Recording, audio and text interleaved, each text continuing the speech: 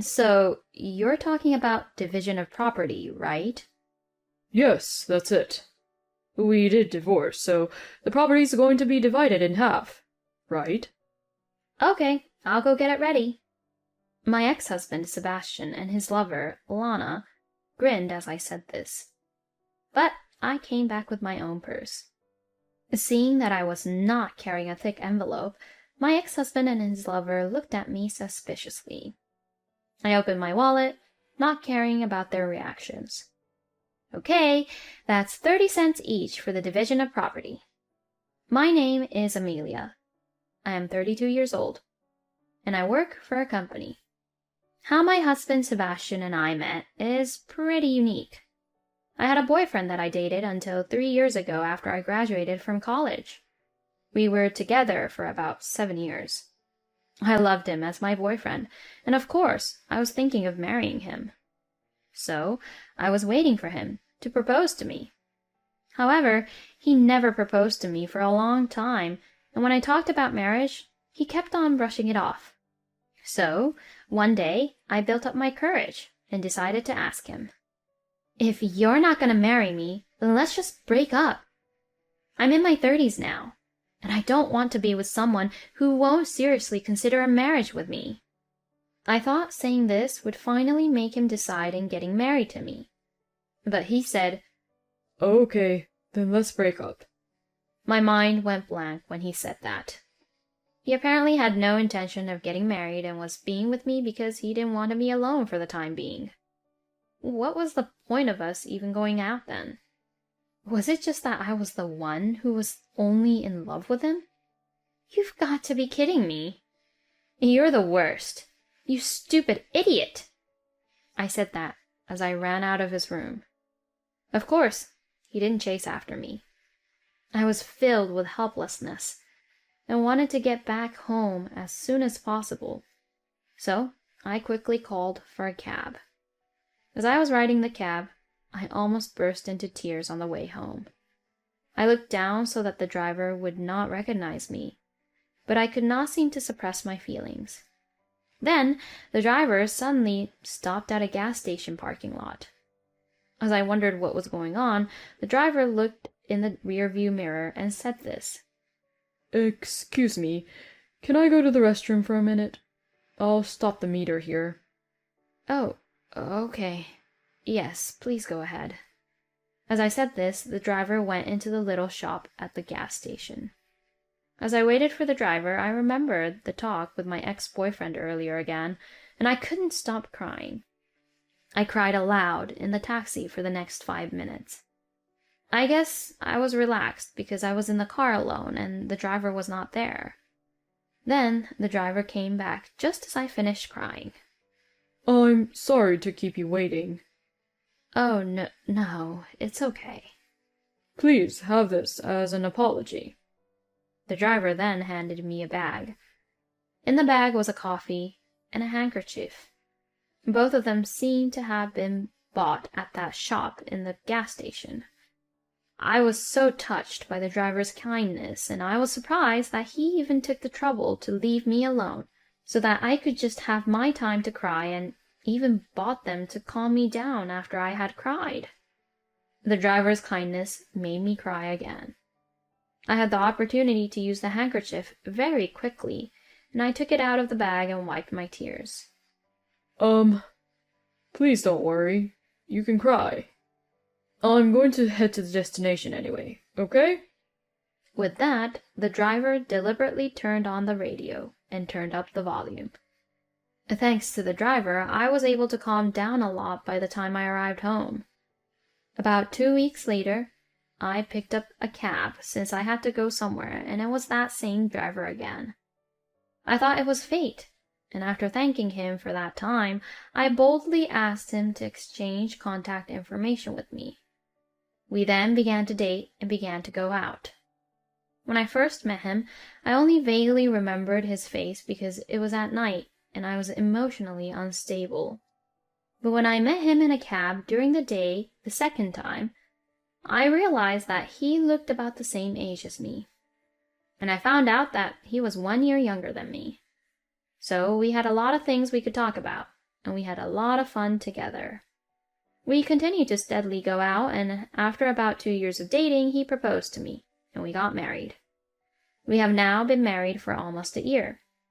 It seems like it would work out all the time because of the special way we met, but the reality was different. The newlywed life with Sebastian was fun and good at first. However, I gradually began to see the parts of my husband that I didn't like. First of all, my husband was a person who did not do any house chores at all. So I had to cook dinner after work and do the laundry before I left for work. The other problem I had with my husband was that he tended to spend a lot of money. If he is not careful, he will buy expensive things and even use the money out of our shared account. My husband loves cars, which is why he became a cab driver. So he remodels his cars a lot, and it seems that he spends a lot of money to buy parts and other things for them. My husband would always excitedly say, "See, it's different from before, isn't it?" but I don't really care since I'm not that interested. I really wish that he didn't spend the money from our shared account without my permission. Then one day, when I opened my bank book, I found that several $1,000s had been withdrawn from the shared account. As you can imagine, I was losing my patience. I told my husband I needed to talk to him when he came home from work and told him about this. "I've had enough. The money in this account is for us as a couple. It is not money that you can spend so freely. If you spend it on your hobbies like that, we won't be able to save anything. How much money do you put into the shared account every month? You only put about $500 a month. I'm the main contributor to the shared account, you know that? And as for living expenses, I pay the majority of it. So if you want to spend more money for your car, use it from your salary." When I said this, my husband got angry. "You know I can't afford much with my low salary, don't you? We are a married couple, so it belongs to each other, right?" What an unreasonable thing to say. I had no idea he was the kind of person to say such things. I was shocked to find out that my husband, whom I thought was so kind, had this side of him. Maybe this man is what you'd call good-for-nothing man. If he is, could he be having an affair or something? I even began to think about such things. The more I thought about it, the more suspicious I became of everything my husband did. I got more conscious, and it became difficult for me to focus on my work. I thought this was a bad idea, so I decided to hire a professional to investigate. A few weeks later, I received the results of the investigation. It seemed that my intuition was right, that my husband was having an affair. I was so shocked that I almost lost my mind. But I managed to calm down and tried to have a proper discussion with my husband. I decided to forgive him if it was just a one-night stand. I was quite busy with my work, so my husband might have been feeling lonely. If that was the case, we should have a proper discussion as a couple. I was still thinking about that at the time. However, when I started talking to my husband, I realized that I had been very naive. I confronted my husband with the photographs that was the proof of the affair and asked him what was going on. "Why did you have an affair behind my back?" My husband was surprised, but after admitting the fact of the affair, he began to talk. "She and I are bound by the thread of fate, you know." "Huh?" "I'm really sorry, but now that I've met her, I can't be with you." Wait a minute. Wasn't it just a one-night stand or something like that? "I'm really sure about this. The one I like, no, the one I love, is her." At this moment, something just collapsed inside me. I knew that only good-for-nothing scumbags would come to me. I was a fool for having high hopes on this man. My husband continued with his story, and finally asked me for a divorce. I felt ridiculous, and immediately agreed to the divorce. Then I quickly left the house and went back to my parents' house. My parents felt bad for me and comforted me. They told me I could stay at home until my mind and body were at peace. So I was taken care of at home to rest my body and mind. Not having to do any house chores and living with a family that was kind to me seemed to be a pretty good environment for me. And little by little, my wounds began to heal. I found myself smiling naturally more often when eating with my parents, and I felt that I was spending less and less time thinking about my ex-husband. I was starting to be able to concentrate on my work, and at this rate, I thought I would be able to completely forget about Sebastian. But just as I was thinking that, my ex-husband appeared in front of me again. It was a Saturday. I was in my room when I heard something noisy by the front door. What are you doing here now, you jerk? Surprised by my father's angry voice, I rushed out of the room. Then I found my ex-husband there. Sebastian. Hey, Amelia. What are you doing here? I asked as I glared at him. What do you mean? I came here to talk to you. Talk to me about what? About division of property. Come to think of it, we haven't talked about it, you know? Okay, well, let's just get this over with. When I said that, my ex-husband's face lit up. Hey, we got permission. Hurry up and come in. Huh? Who the heck did he invite over to my parents' place? The front door opened, and I was startled to see that person enter. To my surprise, it was my ex-husband's lover, Lana. How could he bring his own lover to his ex-wife's parents' house? What kind of nerve does he have? I almost fell over with dizziness, and I had thought I could just forget about the scumbag. But I had no choice but to let them in the house and put them in the living room, because it looked like it would be a huge hassle if something happened here. So, you're talking about division property, right? Yes, that's it. We did divorce, so the property's going to be divided in half, right? Okay, I'll go get it ready. My ex-husband Sebastian and his lover Lana grinned as I said this. My parents are looking on, arms folded, as if they are not convinced at the situation. They probably don't want to see me divide the property and give Sebastian the money. But I came back with my own purse.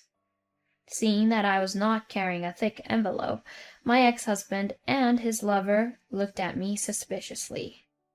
I opened my wallet, not caring about their reactions. Okay, that's 30 cents each for the division of property. Huh? My ex-husband looked confused. Hey, you're kidding, aren't you? I'm asking you about property division, you know? So give me my portion of the money. I told my ex-husband, who didn't understand the situation. Unfortunately, the money left in our joint account was 60 cents. So the property division was 30 cents each. I opened the bank book of the joint account and showed it to him. My ex-husband and his lover looked into it and were absolutely mortified. Huh? Is that all I get? What the heck is the meaning of this? You told me that you'll get more money. Sebastian's lover questions him. Then my ex-husband made a surprising statement. Hey, Amelia, you're hiding some money, aren't you? I know that you have $200,000. Because I saw it on your bank book, you know? Where are the savings for that? If it's half, I should at least get $100,000, right? Now hold on a minute. Did you look at my bank book without my permission? Well, we were married, so it's fine. This man was snooping around my bank account without permission, and he was trying to take it without telling me.